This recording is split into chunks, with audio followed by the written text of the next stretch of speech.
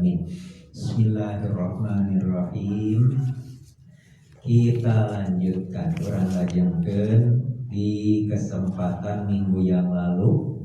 Kita semua sudah bersama-sama membaca sampai keterangan dari Imam Al-Ghazali tentang isi dari kitab Ihya Ulumuddin.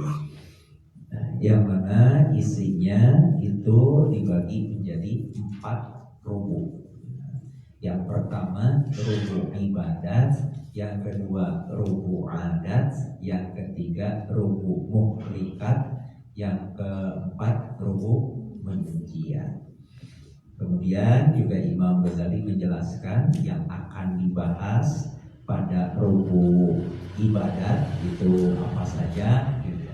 Kemudian intinya Imam Ghazali akan membahas tentang adab-adab, sunnah-sunnah, rahasia-rahasia dari peribadahan yang ini semua seyogyanya diperhatikan betul-betul oleh orang-orang yang ingin beramal.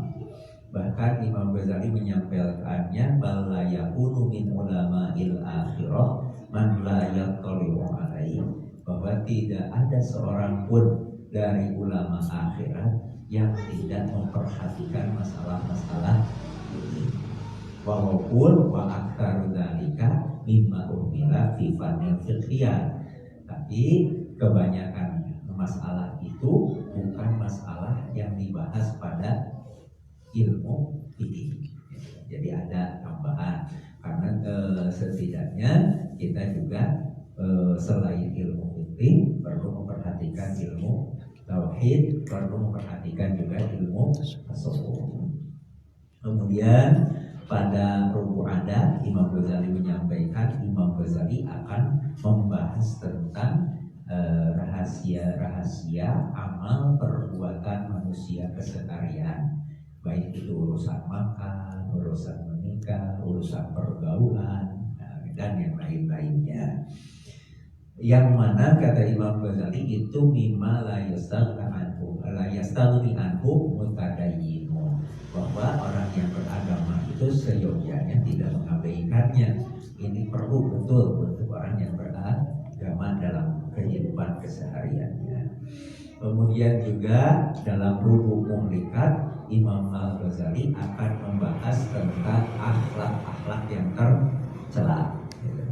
Dalam rubu keempat, rubu munjiat, Imam Ghazali akan membahas tentang akhlak-akhlak yang terpuji.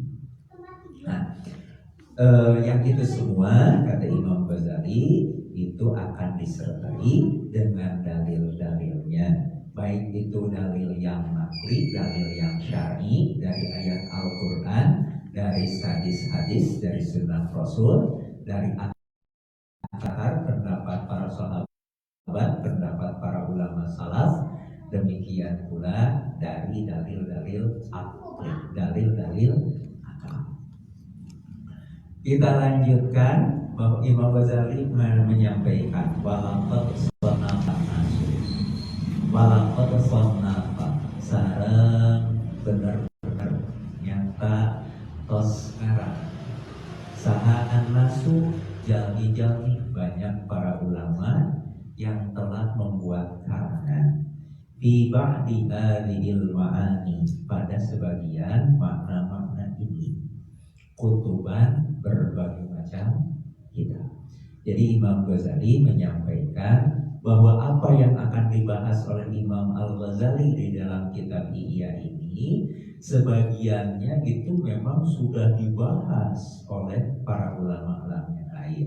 Para ulama itu sudah menuliskan berbagai macam kitab tentang masalah-masalah yang dibahas oleh Imam Al-Ghazali dalam kitab Ihya Ulumuddin ini. Jadi, disinilah Imam Ghazali menunjukkan betul-betul kejujuran, ketawaduan untuk asal dia kitab orisinal ya. Gitu ya. Karangan kuring batur mah Allah nanya sigakia betul gitu ya. Imam Ghazali tetap mengakui bahwa banyak ulama yang gitu ya, banyak ulama yang lain yang juga menulis.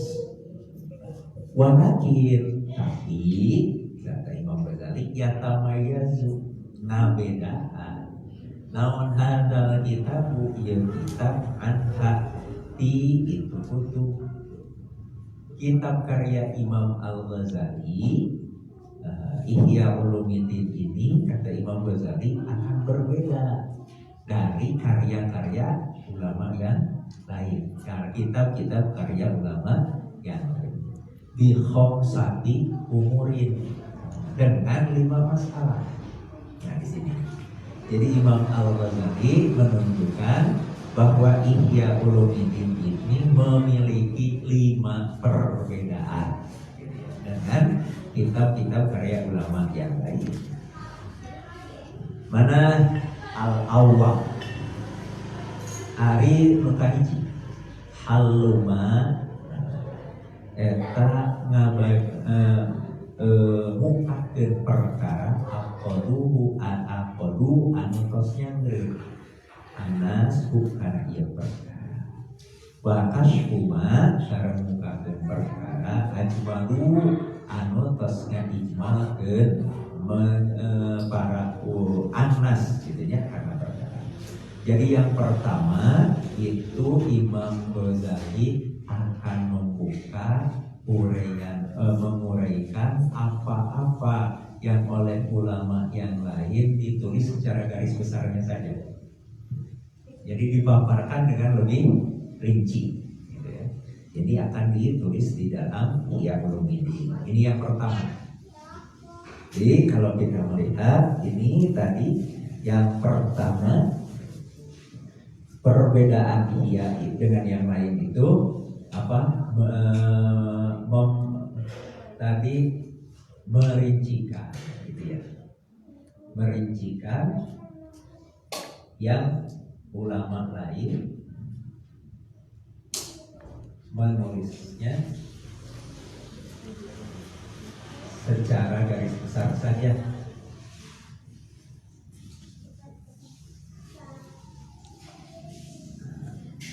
Ini pertama.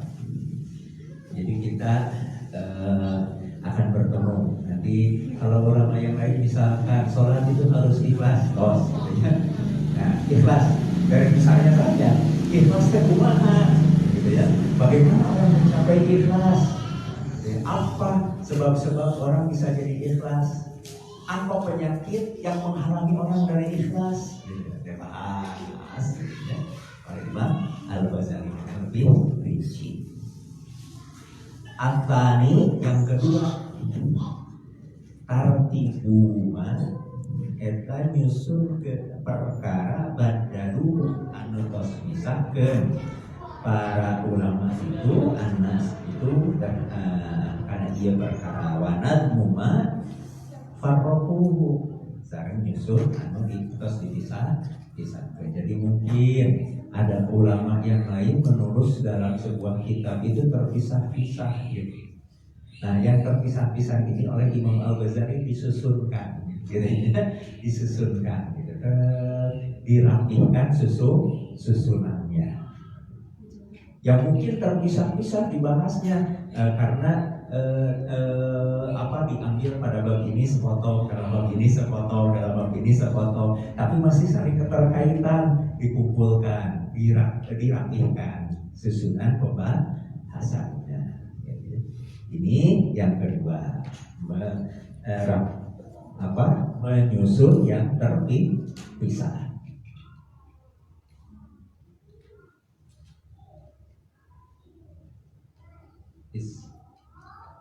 Terpisah.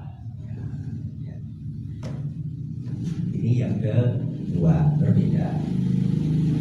Jadi kita akan melihat nanti dalam Ihya Ulumuddin itu ada sistematikanya, gitu ya. Dari ini dari lain-lain secara runut.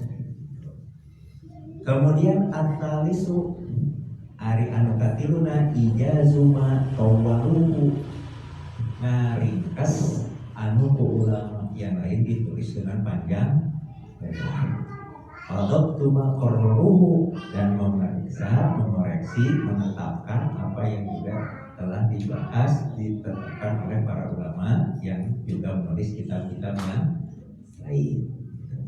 Jadi meringkas, Mungkin ada orang yang pembahasannya itu jadi panjang lebar, tapi sebetulnya bisa diringkaskan. Nah, ini oleh Imam Ghazali kemudian di Ihya ini pembahasan yang di kitab yang lain itu ditulis dengan panjang lebar, yang bisa diringkaskan diringkaskan. Jadi simpel. Pokoknya yang ini, gitu ya, diambil seperti itu, meringkas.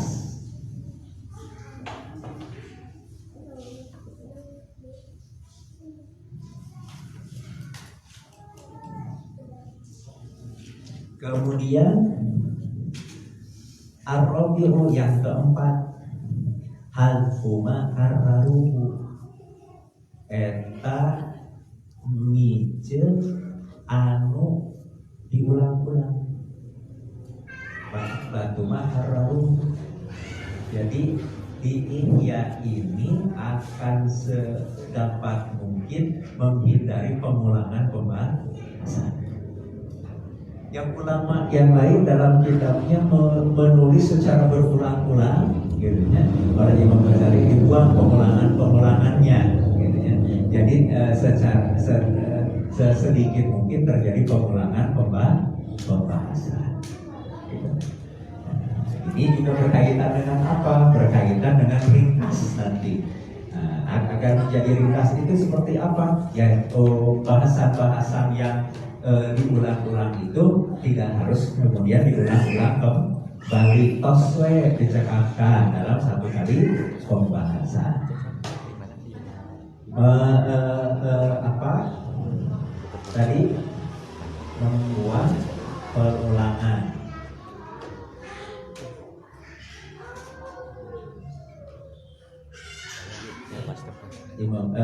Kekhususannya. Kemudian al-khamisu ayat kalimat nawan eta menjelaskan pirang-pirang berkah gemirotin anu samar i'tasot anu sesah alal afami karena pemaham.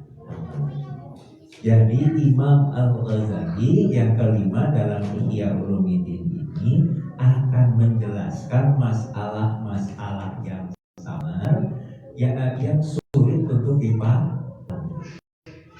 Hal-hal yang sulit dipahami itu akan dicoba untuk dibahas agar menjadi lebih mudah, gitu ya, memang memahaminya.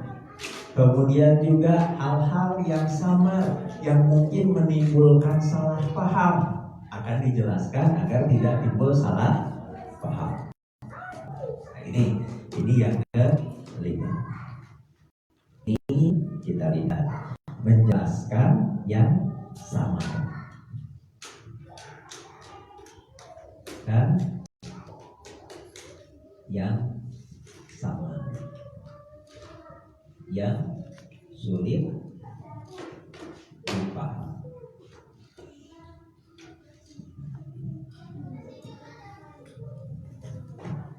Ini 5 hal yang disampaikan oleh Imam Al-Ghazali sebagai perbedaan dari kitab Ihya Ulumuddin dengan kitab-kitab yang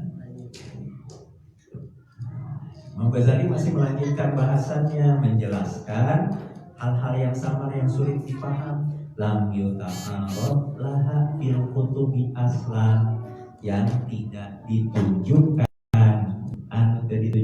yang tidak dijelaskan yang lain sama sekali. Jadi ada hal-hal yang oleh kitab-kitab yang lain itu tidak dibahas oleh Imam Al-Ghazali, kemudian di sini akan dibahas.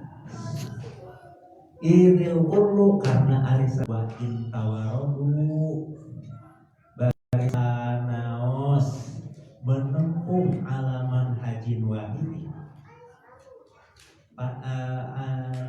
karena hijijah, kata Imam Ghazali, karena walaupun semua itu menempuh jalan yang sama menempuh jalan dinul Islam, sama menempuh jalan yang diajarkan oleh baginda Nabi Muhammad Sallallahu Alaihi Wasallam. Tapi walaupun semua menempuh jalan yang sama, fala mustanqiro, tidak ada yang ingkar ayyata farroda yang menyorangan saha kullu wahidin minas salikin, tiap-tiap sakurang